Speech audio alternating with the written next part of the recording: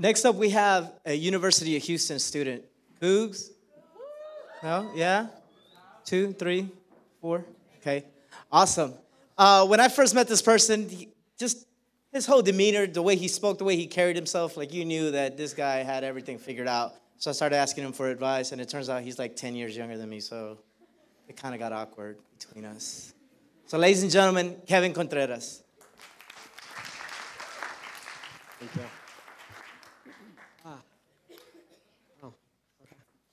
Okay. What do people remember you by? It's a simple question. It resonates in your head, but it never leaves because it makes you wonder, what do people think about you whenever they see you, whenever you just spend time with them? As of right now, you guys will remember me for the guy that pointed out that typo right there. Houston. That's not how you spell Houston. But today, I would like to talk more about myself. Hi, my name is Kevin Contreras, and today I will talk about leadership and service for dummies. So today, yes, it is strange that I'm standing here, and yes, I am a late bloomer. Most of the people that came here are high schoolers, and that's so amazing because of how much our society is changing. Leaders now start blooming at the age of 13, 14, 15, and by the time they're my age, they're doing amazing things. Now, I want to start my story about talking first about my family. My mom, she's an amazing person. She was born in Venezuela, and she's extremely street smart. She's the type of mother that will clean up the whole house as soon as she finds out that somebody's coming over, just to make it seem like we live in a higher standard than we actually do. She is the greatest, and she's always there for us, no matter how many times we ask her for the teeniest to the biggest favor of them all.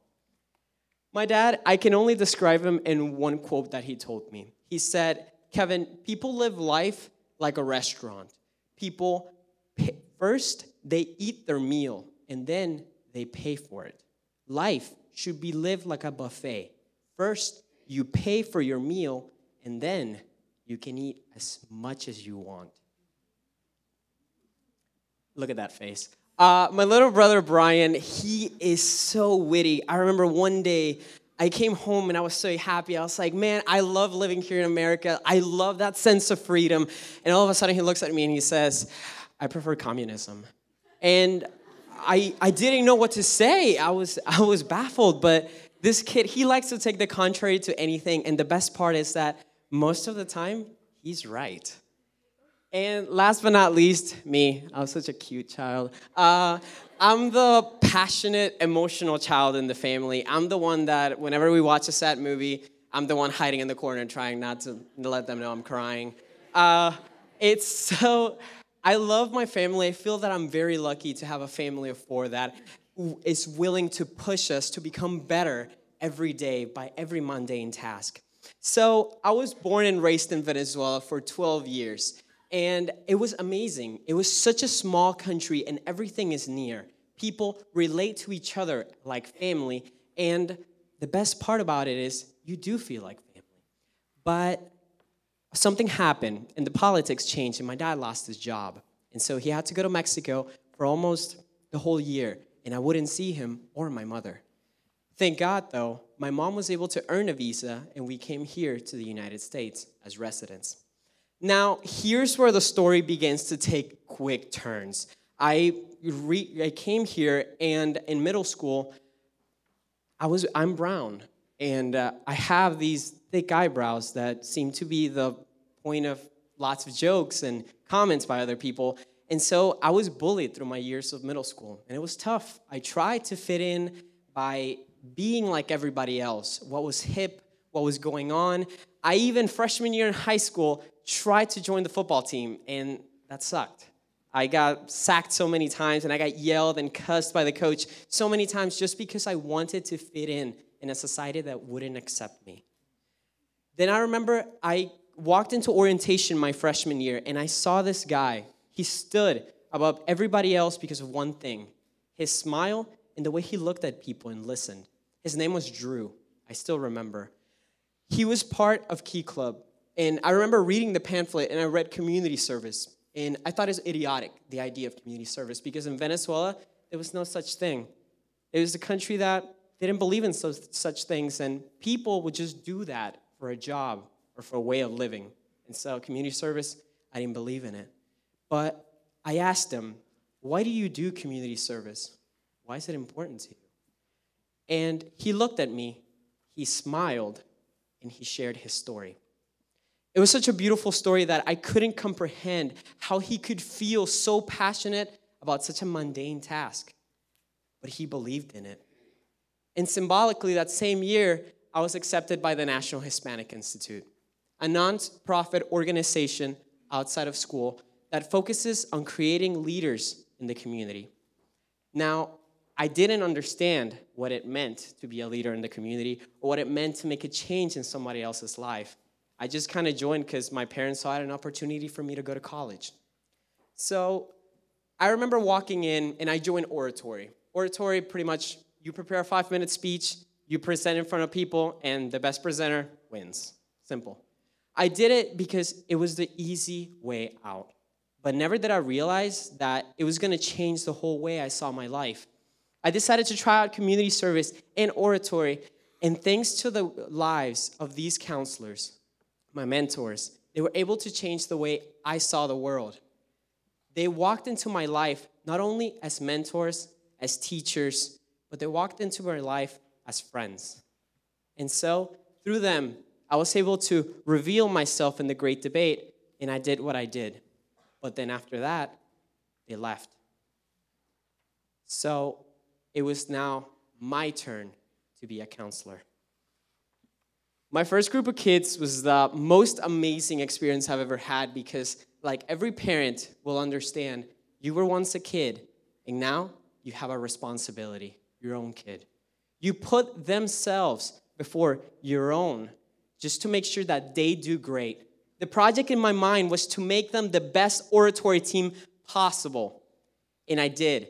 I worked on my Bible for oratory. I worked them as hard as I could, but at the same time, I never forgot that I was also their friend, and I was also their mentor. Sadly, though, they only reached the quarterfinals of the great debate. I cried that night because I felt that I had failed myself and I had failed them as a counselor, as a parent. Knowing that I wasn't capable of giving them the same opportunities that I got when I went to the great debate, it killed me. And that's when I realized that I had to try harder. So now I want you to see the difference from team 1 to team 2. It was a redevelopment. I saw that I had to approach this a different way. I created more personalities and more leaders in the community to be able to not only debate and be better orators, but to change lives. And the previous debaters and orators became my counselors as well, helping me reshape these new children. But the story was the same. I couldn't get the cup. We only reached the semifinal. And then that's when I started realizing, after a chat with one of my counselors I hold very close to, her name's Giselle, she told me that life in NHI in itself is that it's not about me. It's not about wanting to get the project or wanting to win the great debate and bring the silver cup home. No, it's about their smiles and the good times they have together and all the experiences and the way they change the world after you spend time with them. They developed into something completely new. And that's when I realized that it wasn't about the cup. It was about them. It's more about tangible things, and it's more about changing lives for the better. Because it's not what you accomplish, but what they will accomplish in their lives. Now, most of them are going different places. Baylor, Alabama, A&M, UT, carrying on not only what I gave them, but what they were able to achieve by themselves. Now, I asked you at the beginning, what is it that people remember you by? What makes you you in the eyes of other people? What is your legacy? So, I want to leave this with this remark and the fact that in 50 years or in any time, you might be gone forever. And I remember 2 years ago in an orientation, somebody approached me and asked me, what is NHI?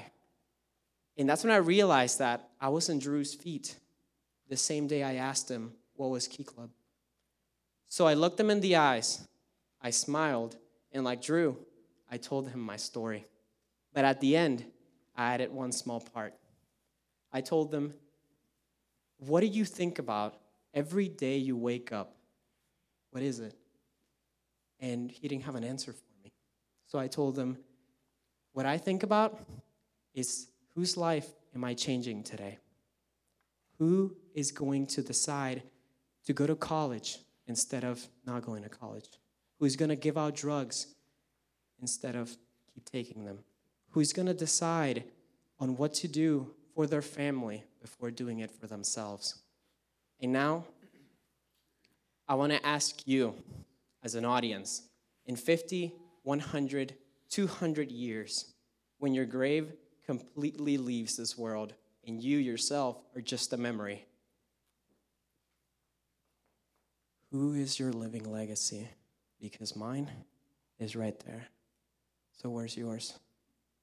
Thank you.